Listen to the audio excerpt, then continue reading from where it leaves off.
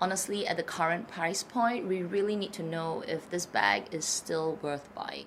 Hi everyone, welcome back. Today I am going to do my first impressions review of the Chanel Classic Flap in the small size.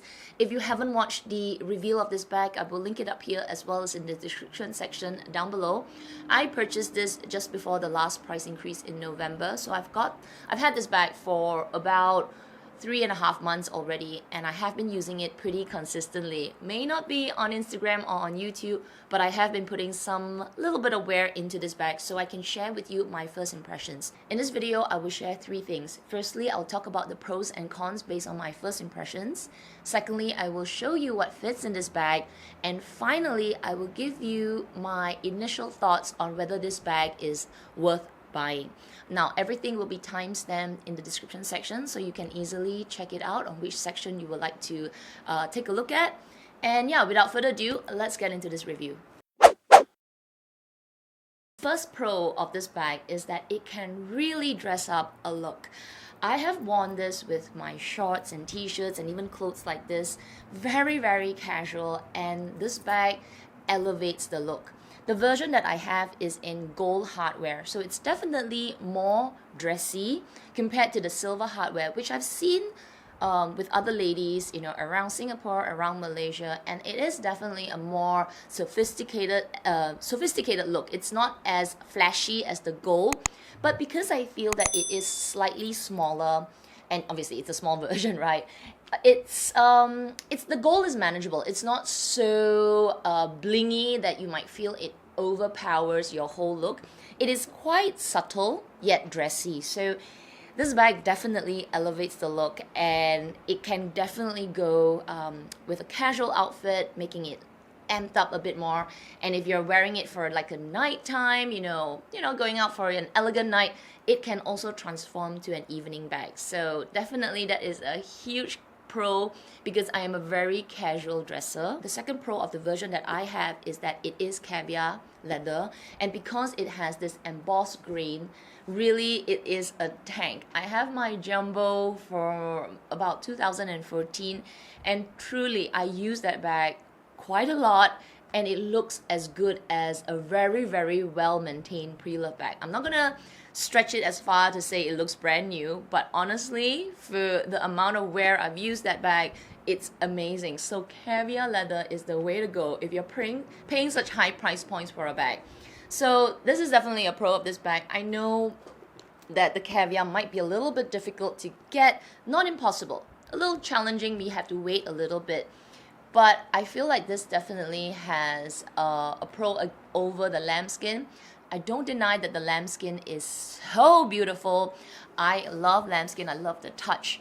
But personally, I went for the caviar because of the higher price point. And I was also going to be wearing this on my shoulder, and it's constantly rubbing on, my clothes, even like this top, or even like a jacket. Caviar will protect it from scratches and keep this bag looking pristine for much, much longer. Final pro of this bag, and it's probably the main reason that I took the plunge and paid that high price point, is that this is a classic bag. When I wear this bag, it really makes me feel like, I got a classic bag from Chanel. And there's no denying that because it's a classic bag, there will always be a value for it. I know it's not very sexy, and it's kind of like, oh my god, talking about investment bag again. But it is the truth. This is a bag that will remain in Chanel's, army of bags and their collections for a very, very, very long time, until maybe a redesign happens. It's very sought after for many people, and therefore it will maintain its value. So being a classic, holding its value, and knowing that the prices keep going up, it's definitely a pro. It's definitely an investment piece. Even if you're not going to sell it, it is something that you can pass down. And for me, this bag is not leaving my collection. And you're gonna hold me on that, I know, because I have been selling my bags. But this is something that I honestly, if my niece is watching, she's a lucky girl, because I'm going to give this to her when when I've used it long enough. I'm like, all right, finally, the auntie's going to give you a bag. I don't have children of my own, so this is almost like an heirloom, I guess. Hopefully she will like it when she is when she is older and she can appreciate it, and hopefully she likes bags. Oh my gosh. But yeah, it's that kind of bag that I thought about, and then I said, you know what, I'm going to do it because it's one of those few bags in my collection that will stay in my collection as long as I am walking this earth. Moving on to the cons, and I'm just going to put it on top of my water bottle so that I don't have to keep holding it. This bag is crazy expensive. It is over 10,000 Singapore dollars, and I know it is not worth the price. It is very, very expensive. It doesn't take $10,000 to make this bag. They have increased this price so tremendously that it is a tremendous drawback if you are trying to save up for this bag and to buy it.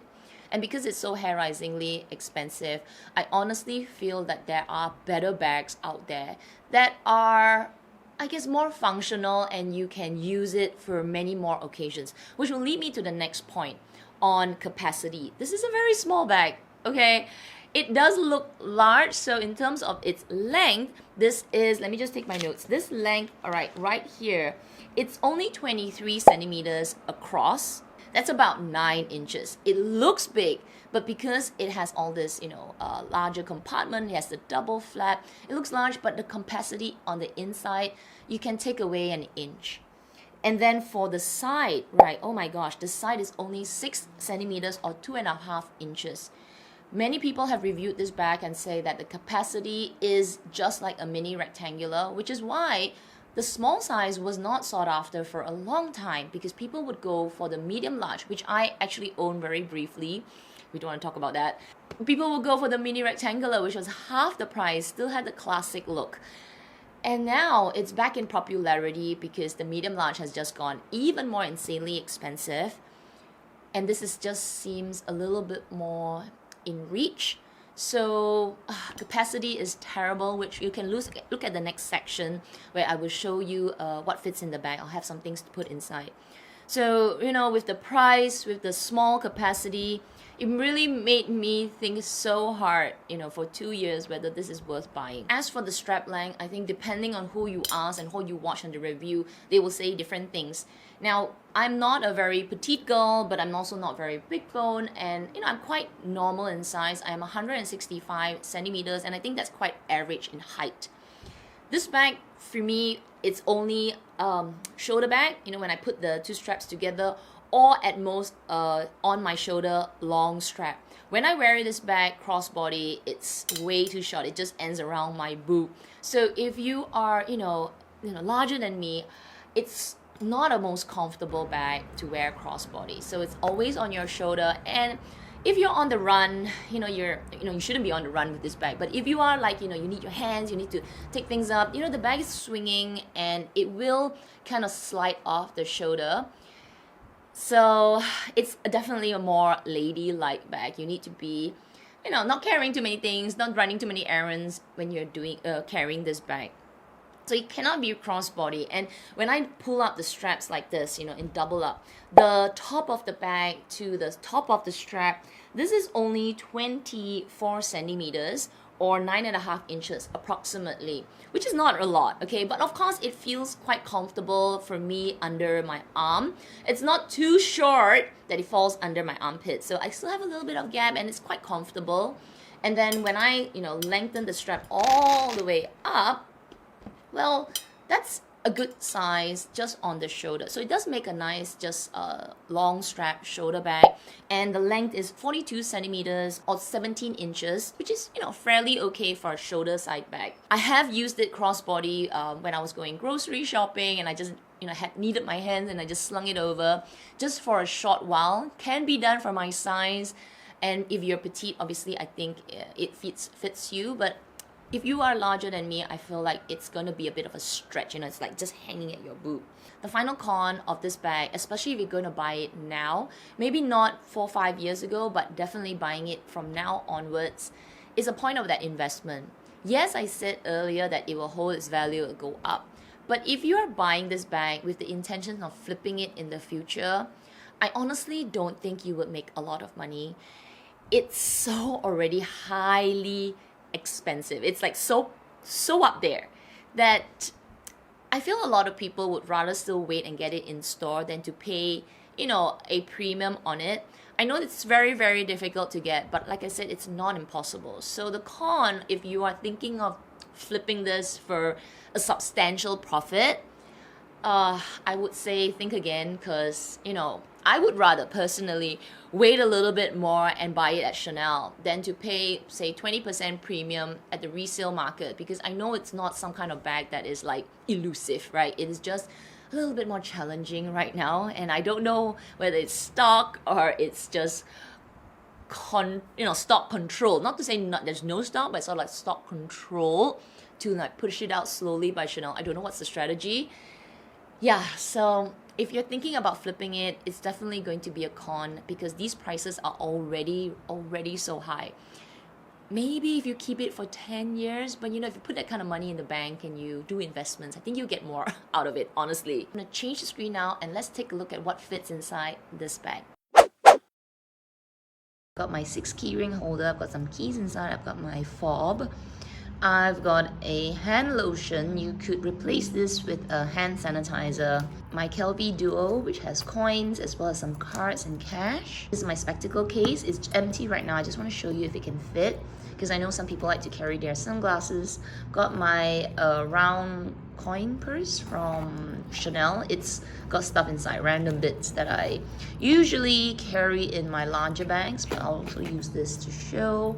Got a recycling bag and an umbrella, which I think some of you might be curious. So it's got a case and an umbrella here. So let's just start with the stuff that I would usually put in my bag. Listen, this is a small bag. So the Kelvy Card Duo, that's like a third of the bag already. Maybe I'll put this at the bottom. My keys, and then let's put the lotion or hand sanitizer. Now it's really tight, so I'll just rearrange it. So as you can see, I do have some space, and maybe I could put like my phone, because I'm using my phone right now, and if I take off the case, it would be, you know, I could easily slip it in. So at least I have my essentials. So now I'm gonna take out, say, maybe I'll take this out. I'll keep this in. My spectacles, and you can see, not gonna fit in. Let's say I don't need this. And can I put this? Yeah, no, actually larger items will not go in, even if I had like a smaller wallet. Obviously, if I don't bring anything, I just bring this, it would go in. So you do need to think about it. So let's say I have to bring my, you know, like a catch-all. I need to bring my wallet, and all right, let's just stick with the hand sanitizer. Yeah, it's really tight. So this is definitely a bag that you would fit your essentials. You could put your phone, like I would put my phone in, and of course it will close. Like there's no issue with closing because it's still fairly loose. I didn't really stuff it. So what if I just wanted to bring like this whole bag? I wanted to bring my umbrella. Oh, my umbrella. Okay, my umbrella would not fit, but with the case. But I think if I just put my umbrella, this is like a large wallet. Yeah, why not? You know, umbrella is important. Maybe I'll put this on top and just stuff this there. Let's see. No, not happening. This is too tall. Let's take this out. Wallet. Oh yeah, I could do it. Okay, it's a little bit of a force, but yeah, I could do it. There's a bit of push, squeezing the umbrella down. You can see my Kelvy there, so I wouldn't recommend that, but if you had to bring your bag out for a rainy day, shove it in, yeah, that's possible. My final thoughts of this bag in a first impressions video. So I definitely will do a review of this bag, say a year from now, especially during this pandemic, right? A year from now, or maybe even 2 years from now, to give you my, you know, updated review. First impressions, final thoughts. It's gonna be a big stretch for me to say that this is definitely worth buying. At these price points, I struggle to use those words for it because it is flippingly expensive. So I'm not going to advocate that word. It is really your decision. I am still over the moon for being able to buy this, and I really love it. I think I wish I got it earlier. Personally, I should have done and jumped earlier on when the prices was maybe $1,000 cheaper or maybe $1,500 cheaper. I should have got it then, but I decided to get it later because I guess it's there was never a right time. So my first impressions is for me personally, now that I have this bag and I know how it makes me feel, I can say it's worth buying, but I really say that with a pinch of salt, because in my heart, as I'm saying it, I kind of feel guilty on paying this kind of prices. I think it'll take me quite a while. Maybe by my next review, I can sort of settle in on the cost of this bag. And I have bought my Birkin, and that's freakingly expensive. It's kind of money that could do a lot of good in this world, okay? I know.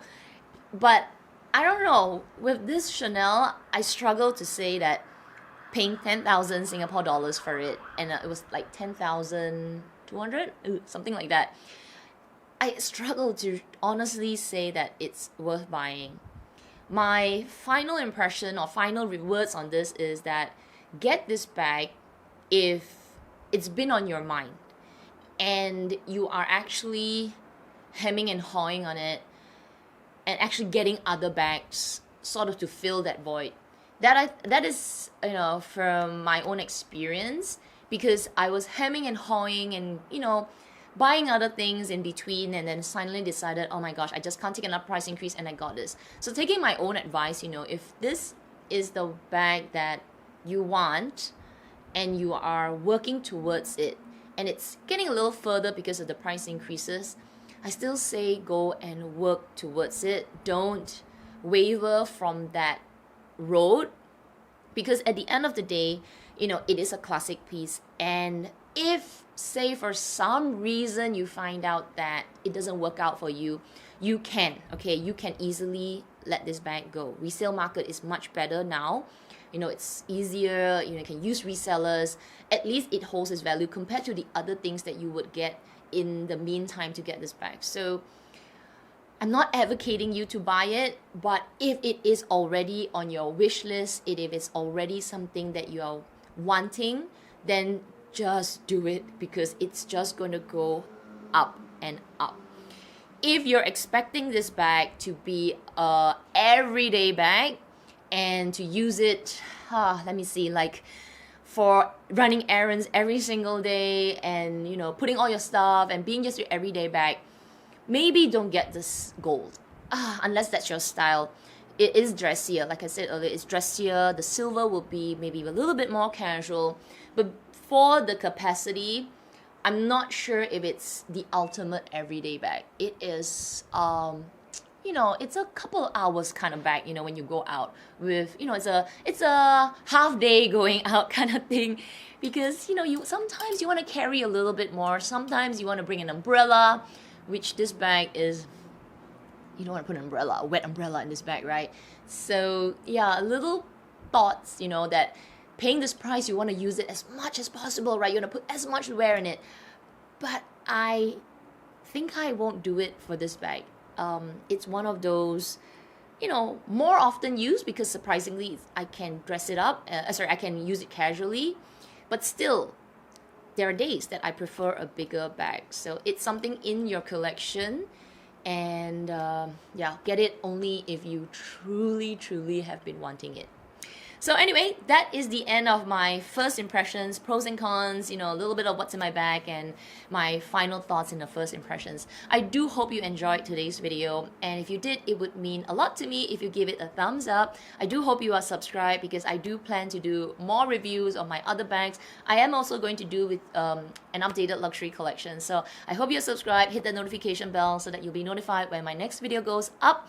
And yeah, everyone, please take care, stay safe, and I will see you in my next video. Bye!